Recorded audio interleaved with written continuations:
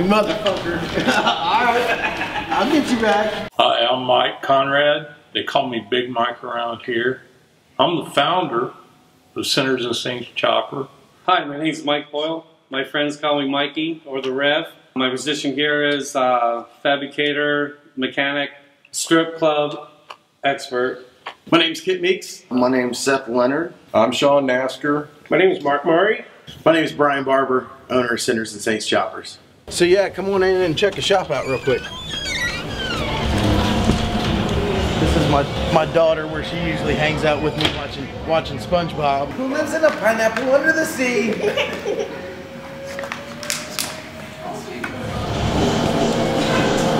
This is it. This is Sinners and Saints World Headquarters, man. This is where we make the magic happen right here. We've got this is our fab area where we start from, you know, ground up frames. All the welding goes on over here. Everything pretty much starts here and then goes around the shop.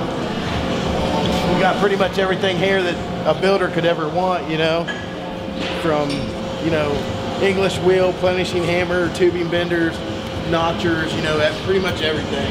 So yeah, I mean, this is pretty much where I'm at most of the time, designing, building everything. A lot of customers' bikes going on from various stages.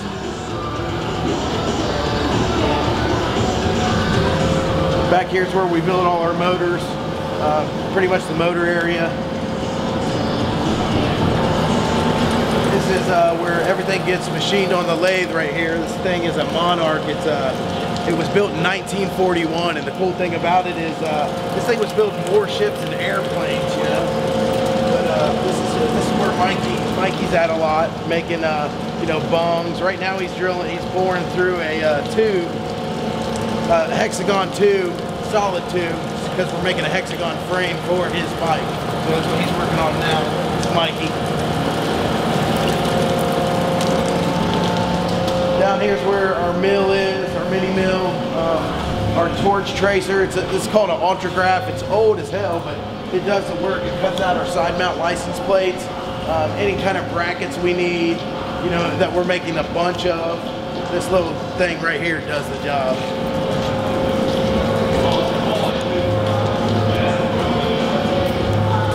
Over here, this is Kip's area. Kip's my mechanic. He does anything that, you know, service, mechanic, anything that needs done. This is his whole area right here.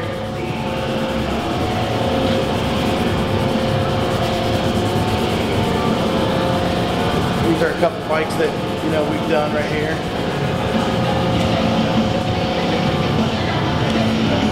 We got the paint booth back here. This is where all the painting gets done.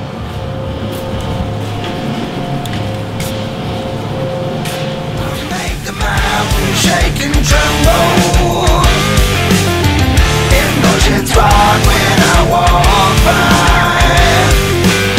So don't you look in my direction,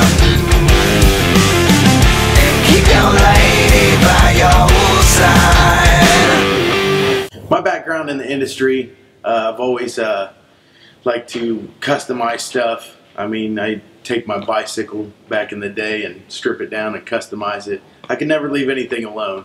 Kind of ventured on into muscle cars, drag racing, building hot rods and stuff. I started learning about bikes, learning a lot how to fabricate. I'm gonna say 2004 is when I started getting into the custom motorcycle thing. About when the first Biker Build Off came on, that inspired me a lot. Watching Billy Lane do what he does, and it made me want to do a lot more with the bike industry. This is where I tend to differ from a lot of guys in the motorcycle industry. I actually got into the industry, you know, just to kind of build a relationship with my father. I mean, I never grew up around bikes. You know, I wasn't riding when I was like 8, 9 years old. I was never around it, but it was just one thing that I was just trying to, you know, do to kind of build a relationship with my father. And Also, just to kind of create a career for myself. That way, I wasn't doing dead-end jobs, and could kind of do something with my life. My background started out a while back. I grew up around dirt bikes, three-wheelers, all kinds of powered vehicles, whether it was my dad's trucks, hot rods, whatever it might be. But I started out at a young age working at a local dealership around here.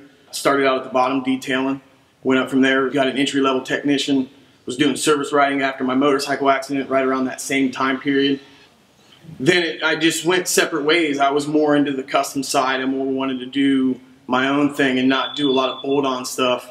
I got into bikes when I was 8 years old. I used to race motocross all the time. Well, I started with motorcycles at probably about 12 or 13 years old. A buddy of mine, Pat Conrad, Ryan Eisenberg, taught me a lot about engines, how to strip down bikes, how to put them back together. I come from the biker background, quite honestly. I was born in Laconia and raised in Belmont, New Hampshire. And of course, as you know, Laconia is one of the biggest bike rallies ever. And since I was a small lad, I was at the rally. I've been into this bike building field since probably the late 60s, and I do mean the 1960s. Well, I started riding motorcycles probably back when I was 14 years old. My special skills are custom painting. The special skill I have, I guess, is welding. I mean, I could pretty much weld 2 pieces of aluminum foil together. My specialty here at the shop is mechanic. I can definitely build a Sportster, tear it down, build it back up in my sleep probably. Well, the special skill set that I bring to the table here at Sinners and Saints is a lot of leather craft. I studied under a guy by the name of Matt Corbeil. He was a leather crafter. I watched him for 10 years. He actually bequeathed me his tools to carry on the legacy and the tradition of leather work. Around the shop, I am the master of diversified services. Cut vinyl, making signs, banners, magnets. I do powder coating, painting. I do metal fabrication, assembly. Anything that's needed to be done, I'm here. Special skills. I mean, you can kind of look at me as like a shop boy. Just get my hands in a little bit of everything. I do fabrication, mechanical, electrical work on the bikes. I work on a lot of the older bikes, the panheads, the shovel heads that get in here. I don't really have a signature style. I don't like to build the same bike twice. Just sick-ass bikes. I can snap my fingers, turn your glass house into sand. Exercise your demons with the back of my hand. Shell shock dies and paralyzed, you finally understand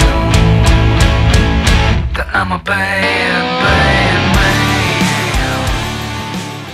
Brian is my partner now. When I first hired him back, we hired him just to be a painter. I soon found out Brian had hidden talents. He knew how to fabricate, he knew how to weld, he knew how to be a mechanic, and this all worked out in the end because I needed a person that knew how to do all these things. How would I describe Brian? Brian is very artistic in my head. I am absolutely amazed what a fine young gentleman he grew into. He's a fucking character. ADHD. I like working with him, man. He's a hell of a guy. He'll lose tools like a 6-year-old. He can be quite comical. I mean, everywhere. He could be fucking nerve-wrack. I mean, he'll set the wrench down and go, "Where's my wrench?" A shipwreck. And I'm like, hey, right there, man. The guy smokes cigarettes and drops his little cigarette butts like an Easter bunny, drops M&Ms just right on his butt. All over the place, gotta clean them up. The whole family thing runs deep here. It's a mess, but we keep it together. How would you describe me? Well, I'm fun, outgoing, like to party, like riding. I definitely love the strip clubs. One of my favorite things to do other than riding. How would my guys describe me? Probably, he's a dick, he's an asshole, he's ADD, I gotta clean up his tools, I gotta help him find his tools. My right-hand man is, I'm gonna have to say, Seth. He's been beside me ever since I took him on for internship. the boy catches on quick. He's not afraid to get his hands in anything. He was a little bit at first, but now, I mean, he's excelled so much. Seth's here full time, alongside Kip. He's here full time, but Seth is just pretty much my right hand man. He's with me all the time, whatever we're doing. Seth's pretty much a laid back guy till he goes out drinking with us. Then he becomes a character. Big Mike, my partner, he's got quite a personality. It's kind of a dry personality sometimes, you know. My turn-ons are fast cars, fast motorcycles, fast women. Oh, it's not that kind of interview, is it? But I blame that on the 70s and the 80s, if you know what I mean. I've known Kip for quite a while. Good guy, silly prankster.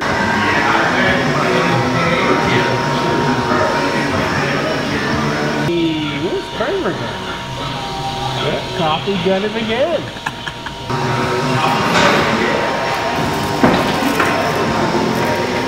Kip!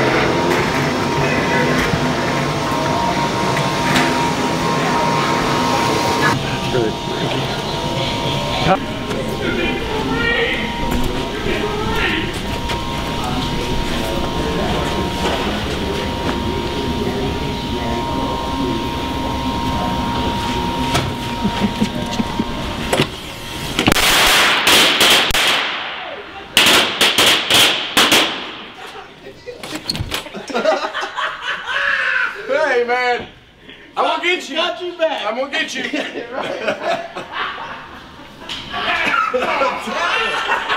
John, aka Kramer.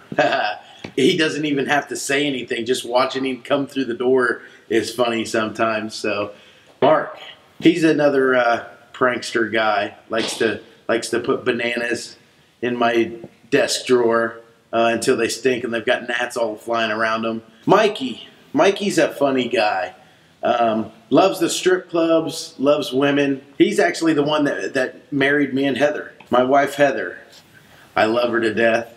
She puts up with a lot of my crap. You know, when we get busy before shows, there's times where I'm gone, you know, 2-3 weeks. And it sucks because we have 4 kids.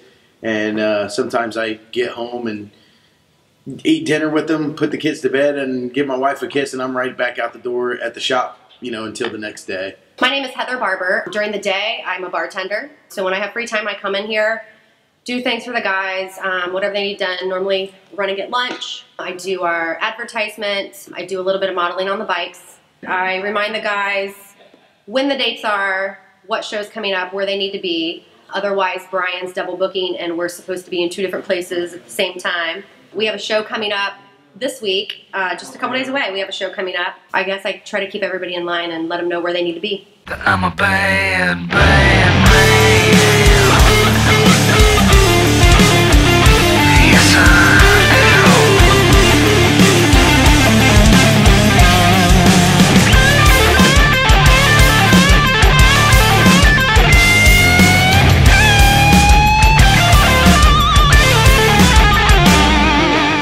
I'm very competitive. Like I said before, I used to be a drag racer, so competitive was, I've been competitive since I was a kid, but in the bike industry, I'm very competitive. I always want to make our stuff better than the next guys. I'm very competitive. I play softball, I play sand volleyball. I play to win, otherwise I don't play at all. As far as if I'm competitive or not, I'm probably not, but the guys in the shop all are. Oh, we're very competitive. I mean, when it comes down to it, we can build an awesome bike. We're very competitive, man. As far as different shops go, as far as the camaraderie here, as far as shows, yes, we are very competitive. Competitive. I'll tell you what, I'll get special permission to make you the #1 contender, and I will give you a shot at the title. I'll show you competitive. Who would I like to compete up against? Tracy Fields from All in All Customs. There's one builder out there named Tracy Fields. I'm probably All in All Customs is one. If there was one builder in particular, it'd be Tracy Fields. #1, maybe Asinall. You know, I really don't get this guy. I knew Tracy before he started his shop.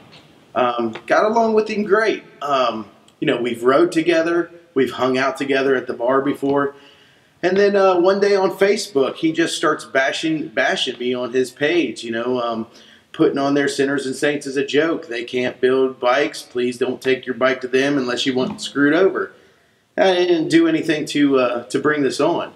So I had about 5 to 10 phone calls calling me and say, hey, you're not going to believe what Tracy's putting on his page. So I went on, seen it, and man, I was pissed. I wanted to go back on Facebook and just start, you know, got to be professional about this. So what I did, I sat there and thought about it, laid in bed, stewing, because I've always been a fan of the biker build-off. And I said, why don't we do a 2 to 3 week bagger biker build-off? Everything has to be done in-house. Now that's fab work, paint work, body work, pretty much anything. We'll find out who the better shop is without all the drama. That was at 2 o'clock in the morning. At 6 o'clock in the morning, he deleted everything, all the comments he was telling me, all the stuff, nasty stuff on his page, all the MF and me uncomments. It all got deleted like we never even talked. So I'm taking that as a no, and he didn't reply. Haven't talked to him since. Why could we beat Tracy in a build-off?